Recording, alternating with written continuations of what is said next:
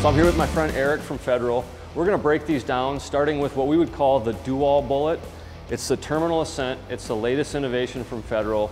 And the reason it's the do-all bullet, well, I'm not going to put words in his mouth. Eric's going to explain this thing, the design, and why it is just such an incredible bullet for basically all practical hunting situations for big game. Yeah, thanks Josh. So on Terminal Ascent, we really took and looked at our lineup, looked at trophy bonded tip, and looked in what we wanted to do was make the best hunting bullet we could. So Terminal Ascent is, in my opinion, best hunting bullet out there. And what we looked at is we made a match grade bullet, but performs terminally. So it's bonded. We have a slipstream tip on the front, which is hollow, which lends itself to, at the end of the bullet's velocity, we still have terminal transfer. We still have getting that energy into the animal. And then on the groove of the bullet, they have an AccuChannel on the backside. So there's an angle to it, which lends itself to accuracy. There's not as much disturbance behind the bullet, and it overall just a really accurate bullet, but performs terminally and is just, again, best bullet that we make for hunting. Yeah, and I've shot Terminal Ascent for the past 2 years. I think every big game animal I've taken for the past 2 years has been with TA, including a Rocky Mountain bighorn sheep I was lucky to get last fall. And while I haven't taken any super long shots yet, I know that if I had to, the bullet is designed for that. That's really the key differentiator with Terminal Ascent, is whether you're shooting something at 50 yards or all the way out past 1,000 yards, assuming you're using the right cartridge and caliber, you're gonna have the energy that you need to make an ethical shot. You're gonna have the accuracy that you need to make an ethical shot. So that's why we call that the do-all bullet for big game. So you might ask yourself, why would you even consider using a different bullet if this one can really do everything? Well, that's kind of getting down into a matter of subjectivity, and a lot of people have strong opinions about bullets, but getting to the facts, there are a couple real reasons why you wouldn't shoot this bullet. And one is perhaps you're hunting in an area where you now have to shoot non-toxic ammunition. And unfortunately, that is becoming the case more often, and that's probably gonna continue to expand throughout the country, at least for different types of hunting areas. But a great option so that you're just not left in the dust would be copper.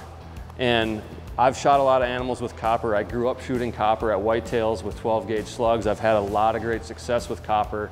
And the trophy copper from Federal is definitely one of the most reputable copper bullets out there. So explain what goes into the guts of the trophy copper bullet. Sure. So there are a lot of people that are field table. They're concerned about lead with that copper aspect. Like you said, more and more states going to.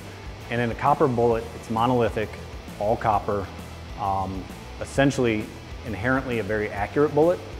Just because of the way the bullet is built, but also we are almost 100%. I can't say 100% all the time because of just variables in there, but you're getting 100% or near 100% weight retention in the bullet. So getting all of the energy, again, we're talking about energy transfer, terminal performance, and with a solid copper bullet, that bullet stays together. If you can recover it on the other side, great. If it passes through, that's fine, but you will weigh the bullet 180 grains, 9 times out of 10 when you recover it, it's 180 grains minus the tip. But essentially 100% weight retention most of the time on the bullet, which is just terminally is what we're really looking for. Yeah, and especially for some of those bigger, tougher animals, having that high weight retention is something that a lot of hunters look for, and for good reason. I mean, you're gonna have a wicked wound channel, and usually you're gonna get a pass through, so you're gonna have a blood trail. And in my experience shooting all different types of copper, including the trophy copper, has been exactly what he just said. When I've been able to recover bullets, they weren't missing even a tiny fragment of the bullet. All the petals are intact, and it's just a super, super tough bullet.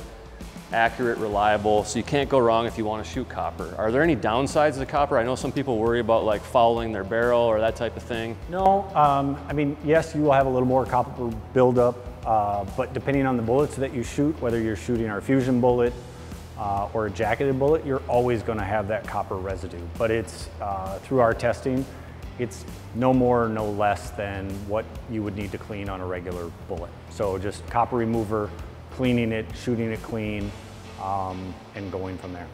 And that was sort of a trick question because that's also been my experience. I've heard people talk about this where they're so worried about copper fouling in their rifles compared to shooting other more traditional styles of bullets, and that just hasn't been my experience. I've never run into any problems with that. If you clean your gun every once in a while, it's probably going to continue to perform whether you're shooting copper or not.